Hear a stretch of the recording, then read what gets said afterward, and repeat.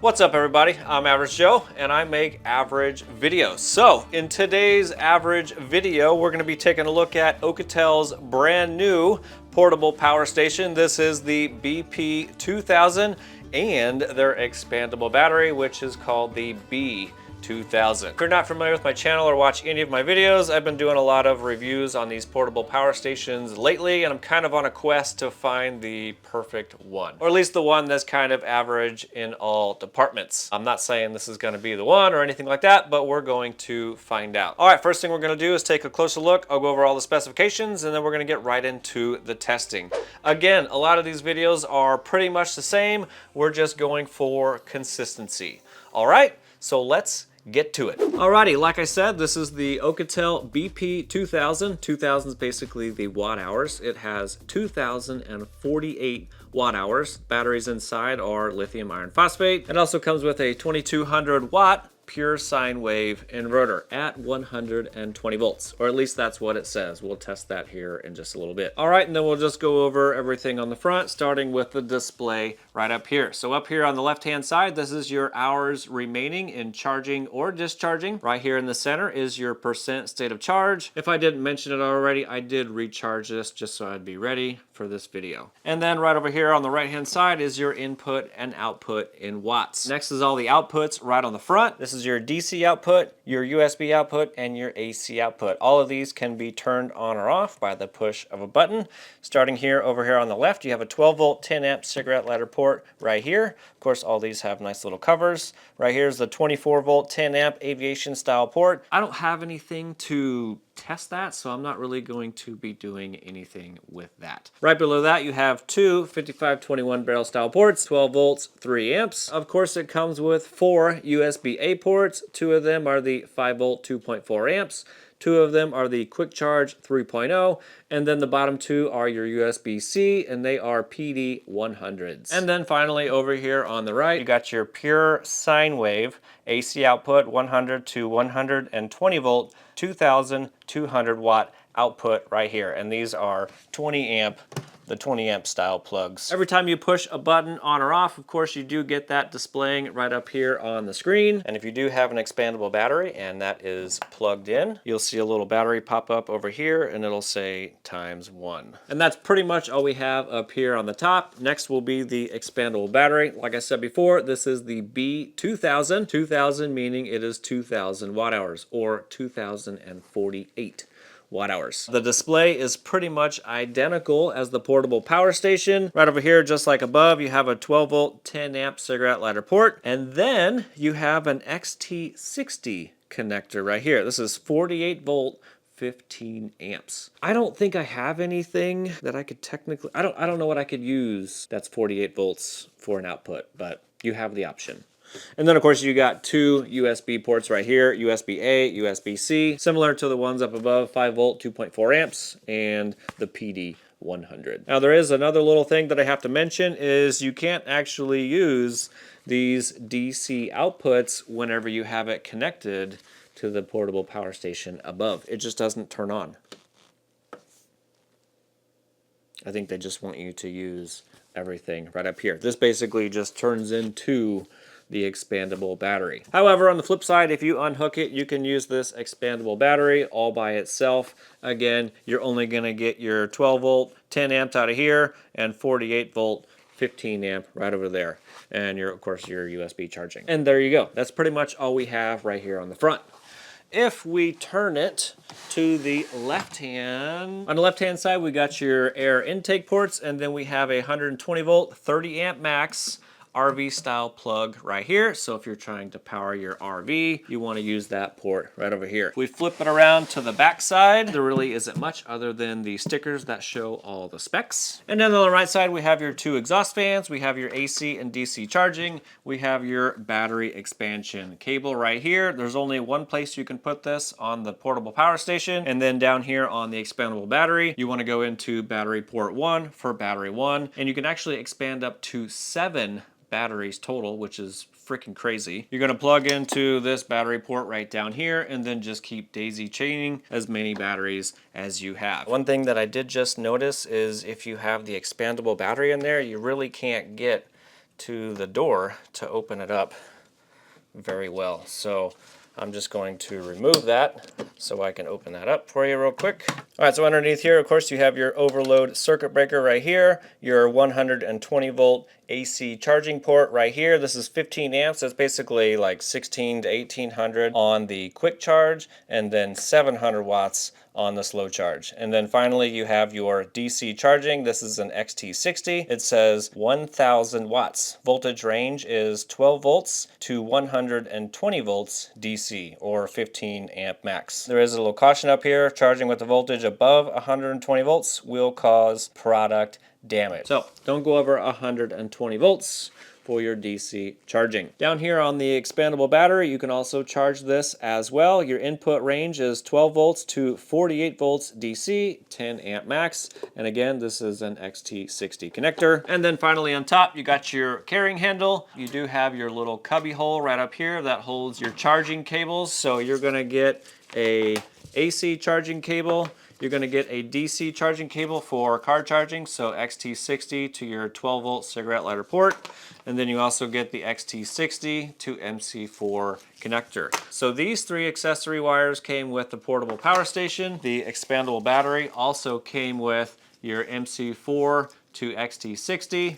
And then again, the XT60 to 12 volt cigarette lighter. All right, and there's two other things that I forgot to mention is this also has the UPS function, or uninterruptible power supply function. So if you have this plugged into the wall and then you have your critical loads plugged into this, if your power goes out or your grid goes out from a storm or whatever, this will continue powering your device. The output for that is 1400 watts. And then the other feature is called E-multiply mode. Whenever you hold down the AC button for a couple of seconds, it'll go into E-multiply mode. That's basically when you're trying to power something over the 2200 watts, you can put it in that mode, and it can output up to 3200 watts. Basically what that does is it lowers the voltage from your AC output.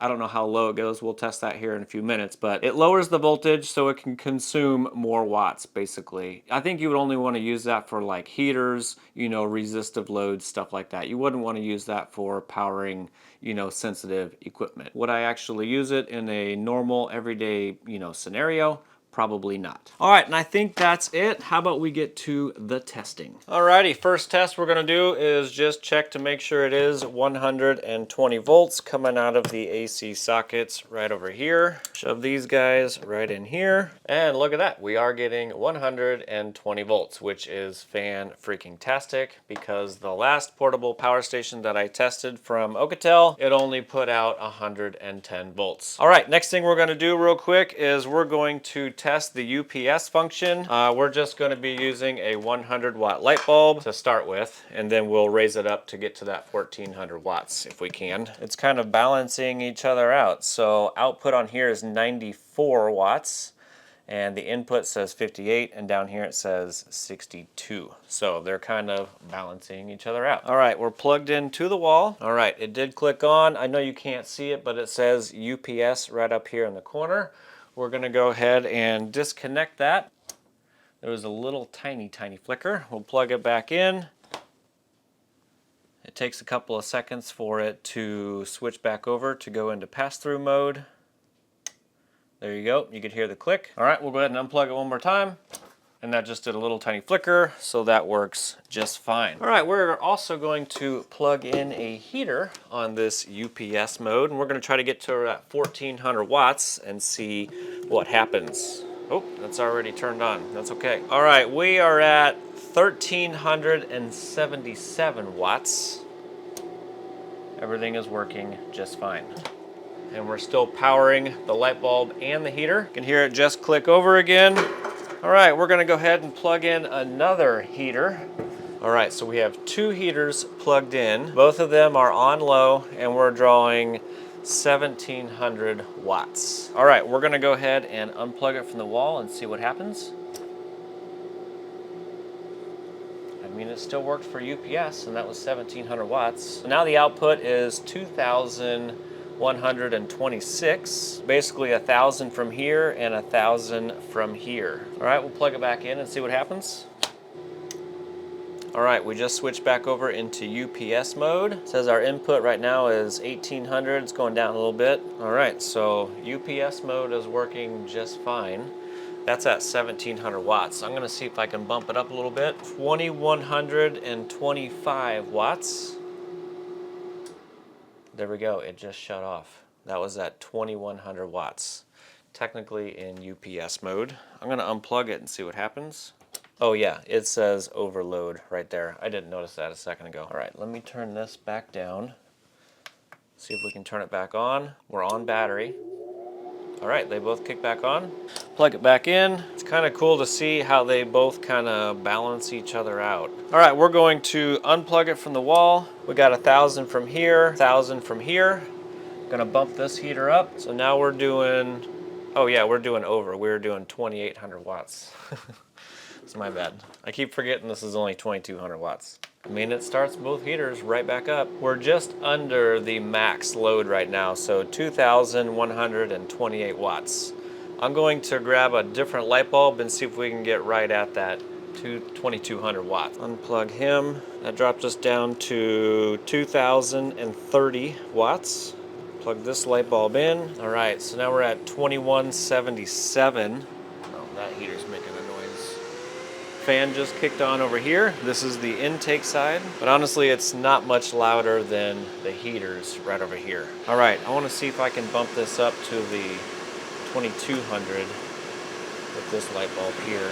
It's a little too much. We're at 2272 total output. 1100 watts on each battery basically. I'm gonna sit here for a couple of minutes and see if it can handle this load. Alrighty, well it's still doing that just fine. Alright, I just shut off the loads real quick and the fan is still running. My microphone right now is about a foot away from the intake side. Let me go around to the exhaust side. It's about a foot away. It's not in direct, alignment with it. Here's direct. Oh, it's slowing down. Alrighty, fans have slowed down a little bit. They are still on. I want to try that other mode with the AC output, so I'm going to hold that down for 3 seconds. Alright, we're in the other mode now. I'm going to turn on all the heaters and see if we can get up to that 3200 watts. That's only 22. I might have to get more stuff. Okay, so now what's happening is it's bringing the total output down to 2200 watts. Okay, so look at that. It brought the voltage down to 97 volts. So for this, since we're just doing incandescent light bulbs and heaters and stuff like that, it's probably just fine. But if you're trying to power, computers or just sensitive equipment, I probably wouldn't use that. I'm gonna see if I can change it while we're still running. Yeah, I can, but I had everything on high, so it shut it all off. Hello there, future average Joe. So I saw on somebody else's channel, they bought a little tiny oscilloscope. It was like 30 bucks. I figured I would go ahead and buy one. It was cheap enough just in case I blew it up. This is where we're at. Oscilloscope is sitting right down here, which you can't see it, but I have this camera pointing right at it. Basically, I was just gonna show you the sine wave from my own house and then from the portable power station. And I'll unplug it, plug it back in, stuff like that. I don't really know how to use this, so this is what we get, all right? So let's do it. I do have that's bright. It's like a 60 watt incandescent light bulb. I'll use that as a load, and then I've also got one of the space heaters right down here that I'll turn on, and we'll see if that does anything. All right, so I've got it connected right down here. I'm going to plug in this wire. Hopefully it doesn't blow up. Nothing's touching.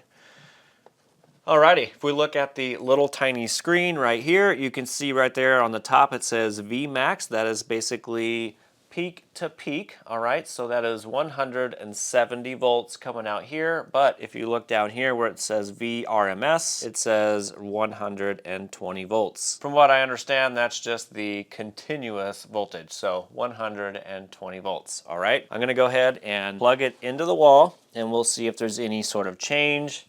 This will be the pass-through mode, etc.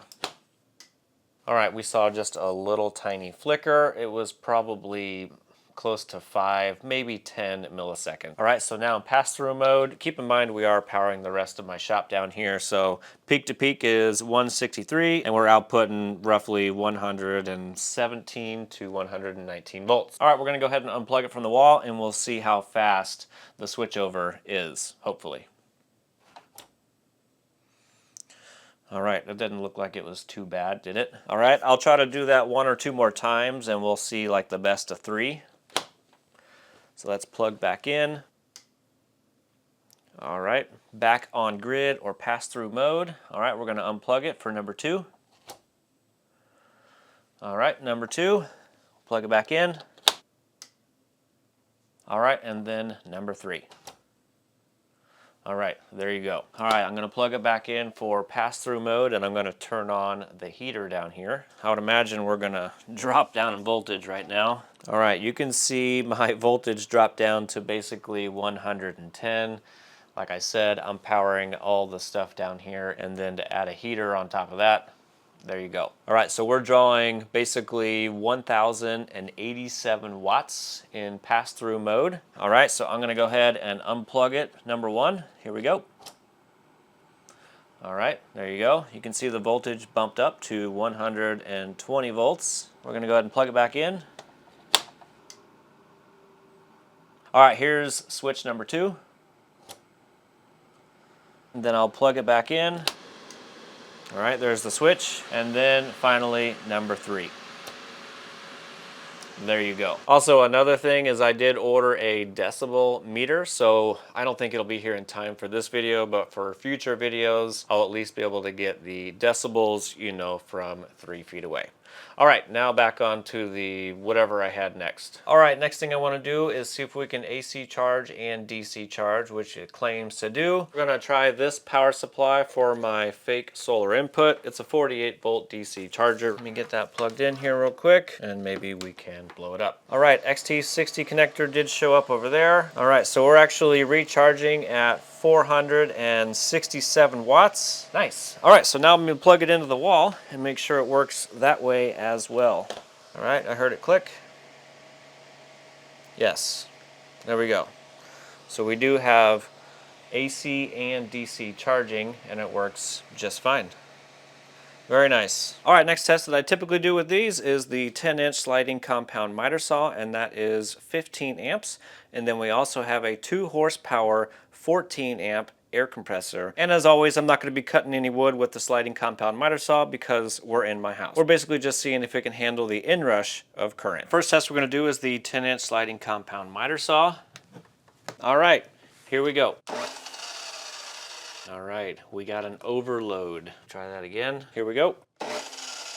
All right, we got an overload again. This time we're gonna change it over to that other mode. I forget what it's called. This is the mode that allows you to go up to 3,200 watts, but it lowers the voltage. All right, here we go. All right, so we cannot do the 10-inch sliding compound miter saw. That is 15 amps. All right, we're gonna switch this back over to the regular mode. Now we're gonna try the 2 horsepower air compressor. Here we go.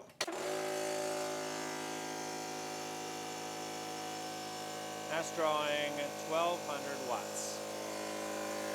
All right, I did the air compressor just fine. I'm going to plug in a heater. All right, heater's on low. We're drawing roughly 800 watts. Here we go with the air compressor. All right, it cannot do both of those. All right, next thing I want to do is I finally got one of these RV adapters to the standard 120 volt outlets. I'm gonna plug that in right over here. All right, here we go for the saw. All right, there you go. It cannot do the 10-inch sliding compound miter saw out of any of the ports. Sad. All right, first test is going to be a capacity test, and we're going to be doing a capacity test just of the BP2000 alone. The second capacity test will combine both of them together to see what that is. I typically try to do a 0.2 C discharge test. That's roughly 20% of the battery capacity. However, we're going to be recharging the OUKITEL BP2000 directly from the BP2000. And it is going to be a little higher than a 0.2 C rate. We'll just see what happens. Basically, we're going to come out of the AC right here and go in right into the AC input on that side and recharge it up. Plug you in right here. Going right into the back side over here on the slow charge. Here we go. Test has begun over here on the BP2000. You can see we're sitting at 100% state of charge, and we are discharging roughly 620 watts. And then on the kilowatt meter, it's showing roughly 600 watts. Over here at the P5000, you can see we are recharging at 600 watts, and we started out at 17%. There it goes. All right, so we ran for 2 hours, 56 minutes, and we got 1.8 kilowatt hours out of the 2048. All right, if we do the quick math on that, we do 1,800 watt hours divided by 2048 times 100. We get an efficiency rating of 87.89. I would say that's not too bad. It's not amazing, but it's pretty average. All right, if we take a look at the Abril P5000, we started at 17% state of charge, and we got all the way up to 49. Not bad. All right, we're gonna go ahead and start recharging the BP2000. And if you want to see the charge rate right when it first starts up, we kind of leveled off at 421 from a 0% state of charge. I'm gonna go ahead and flip the switch to fast charge. Okay, that's kind of nice. We put it on supercharge or fast charge, and it's still regulating around 420 watts, so I would say that's pretty good. You don't want to just blast a dead battery. All right, I'm kind of curious to see if the UPS function will turn back on, and if it does, you know, what percent does it turn back on? I actually wonder if I need to plug this back in. I probably messed that up. All right, looks like we jumped up to 1,500 watts. Are at 1% state of charge. So far, the UPS function has not turned back on. I might have messed that up since I unplugged this, but we'll see. Alrighty, I went ahead and unplugged this from the wall at 7% state of charge, and what I want to do now is plug in the expansion battery. This battery is full charge. I want to see what happens inside the manual right here. All right, when you connect the BP2000 with the B2000, the remaining power is less than 5%. They cannot be paralleled because the battery voltage gap is too large. You know, yada, yada, yada. If there is just a small enough gap, it will basically balance out or recharge the other battery. If one of the devices is below 5%, the system will determine that the voltage gap is too large and cannot be connected successfully. All right, I want to see what happens. So basically we need to turn everything off. Okay, I've got my safety glasses on. Not that it's gonna do anything, but I have them on. All right, here we go. Is it gonna explode? It does not look like anything is happening. You can see we're at 100% state of charge down here, and up here we're still at 7%. And we do have the little battery 1X sign right there, and also down here. So now it says, I think we should be able to just plug it into the wall and it will just recharge this one right here. So we'll try that. Slowly ramping up. I've got it on the fast charge or supercharge. All right, so actually now we're getting some power from the expansion battery, roughly 400 watts. And up here, we're recharging at 18 to 1900 watts. All right, we're down to 250 down here on the bottom, 240, 230. We're slowly going down here on the bottom. All right, I'm gonna unplug it from the wall and we'll see what happens. Now we got 630 down here and 630 input up here.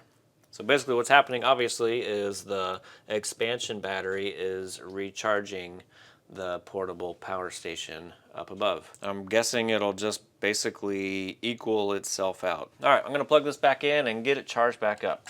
Alrighty, we're full charge and we're going to start the next test. Next test is basically going to be kind of another capacity test. However, we're going to try to run it at the full 2200 watts or real close to that to see how long that'll run. So we're going to be using the space heater right over here, and we're also going to be plugging back into the Abril P5000. That should get us real close to the max of the 2200 watt over here on the BP2000. Alright, so let's get started. Alright, I'm going to let this start charging first, and then I'm going to turn on the heater. That started charging around 600 watts. All right, test has started and we're pulling 2,150 watts. I might be able to bump that up just a little bit, but I don't actually know. So we're drawing 800 watts from the BP2000, and we're also drawing 800 watts from the B2000 battery right below. And on the meter right here, we're showing 2,100 watts. I'll see if I can plug anything else into it to bring this up just a little bit higher, but 2,150 is pretty close. All right, now we're drawing 2,204 to 5 watts. I'm just gonna let it run like this and see how long it goes.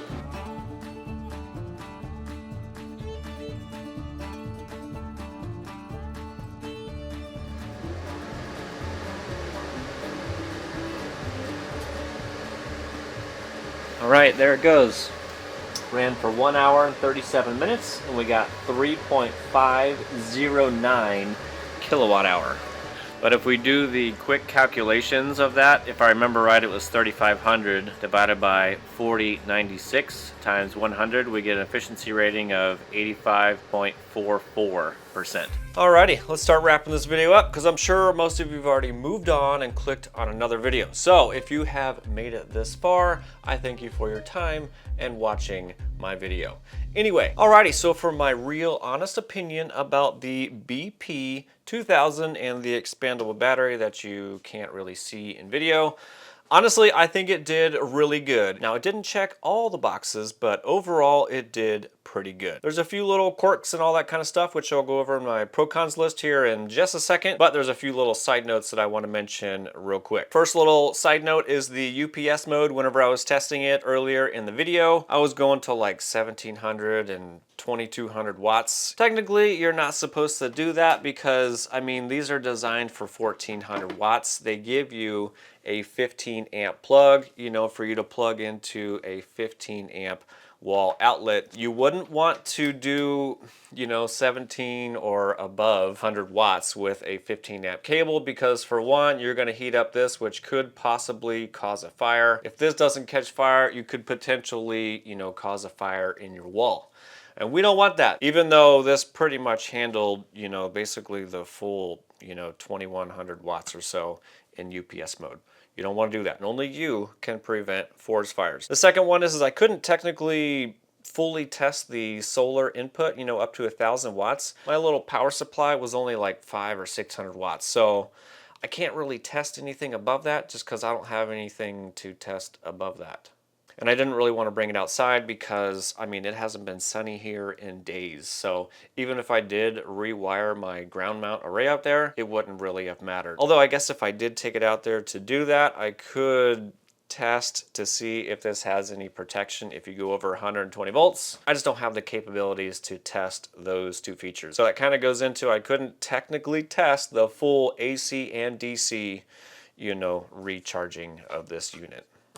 And then finally off camera, I did go through and test all the other ports on here, including the one on the expandable battery, the 48 volt output. That's actually a XT90 connector. I think I said earlier in the video it was an XT60. It's actually an XT90. Now, whenever I was testing that, my little fan tester right here, I can only go up to 150 watts with that. So again, I couldn't fully test that, but it does actually work. Same for recharging it. I use my little power supply right back here to test that, and that does, you know, accept a charge, you know, just fine. Again, I couldn't test very much with that because that only goes up to 30 volts. Actually, when it's under load, it went to like 22. So pretty much all the other ports work as advertised. All right, next is the pro-cons list, and we're gonna go over the pros first. First one is it is actually 120 volts out and not 110 like the P5000. I think, well, my personal opinion, that is fan-freaking-tastic. I'm not sure why they did 110 on the other one, but they did. I'm glad they fixed that for this newer model. Second one is you can fully load this up to the 2,200 watts and basically run it until the batteries are empty. You know, however many batteries you have, it'll run full blast the entire time. Fans are going to kick on and off, you know, for cooling, which again, it does have excellent cooling. I don't have my sound meter yet, so I can't really test that. But whenever the heaters are running, the heaters were actually louder than this. So full blast no problem. Third one is obviously you can do the expandable batteries. Again, with this one, you can go up to 7 batteries or 16 kilowatt hours. Next one is these are fairly light. These are 52 pounds, so they are somewhat manageable. Here's my cat, by the way. The expandable batteries, I don't remember how much those weigh, but they are lighter than the portable power station up above. You don't get wheels or anything like that, but they are movable. Next one would be the UPS function, that it does switch in the advertised 10 milliseconds or less. And that's just from my limited knowledge and understanding of an O-scope and how to use one. From what I could tell in the pictures, you know, it was 10 milliseconds or less. And then we're going to move into the cons list, and the UPS function is also in that category. The reason it's in that category is whenever you drain this all the way down and the power basically cuts off, and let's say the power or grid power comes back on, the UPS function or the AC output does not turn back on. I did reach out to them and ask them if that was, you know, if it was supposed to do that or if it was supposed to come back on. They said it was not supposed to come back on. I don't know. I personally would think that would be something that should come back on, but I mean, I don't make these things, so I don't actually know. The next one is it could not start my 15 amp saw. I mean, I think it's got basically the same inverter as the P5000. That one also is a 2200 watt output. This one again is 2200 output, and it could not do it. So I'm not exactly sure, you know, on the surge capabilities of this. I mean, my saw probably does over 4000 watts, you know, whenever you start it up, but I don't actually know. So you can't do a saw. The next one is once you have the expandable battery connected, you can't actually use the inputs or the outputs on the expandable battery. You know, it just turns into an expandable battery only. I don't know. I think it would be kind of cool to have more options, but I mean, do we really need them? I don't really know. I mean, for me, if I'm using this system, honestly, a couple of USBs, you know, I'm good with that. Everything else is going to be in the AC output. Yeah, so I mean, is it a con? Not really. Can I live without it? Yeah, I can. And then finally, my last con or complaint is whenever you have the expandable battery plugged in, you can't actually open up the, you know, the AC and DC charging little door if that's fully closed. I mean, you could probably get in there with like a screwdriver and pop it open, but I don't know. You think it would be a little easier to open if that is plugged in? Could the door be redesigned, you know, to have a little side tab for you to grab onto? Maybe. I don't know. That's pretty much all I can think of right now. All right, so now we'll move on to the price. So price for the BP2000 alone, all by itself, no expansion batteries or anything like that. At the time of this video, it is $1,700. Regular price is $1,900. And then of course, if you wanted to add an expandable battery or at least another 2000 watt hours, that's gonna bring the price up to, at least at the time of this video, $2,600. And then the regular price is $3,000. All right, well, I think that's pretty much all I got. If anybody has any questions, comments, concerns, maybe I messed up a test or something in regards to that, make sure you put those comments down below. If anybody is interested in a BP2000 or the expandable battery, you know, I'm obviously going to have affiliate links down below. I'm going to have two different ones down there. One's going to be an Amazon link and one is going to be directly to the OUKITEL website. I know some people aren't a fan of Amazon, so you can still get it from the website. Don't forget to like that smash button if you thought this video was just average enough, and I'll see you on the next one. Hey, crazy. What are you doing? That's mine.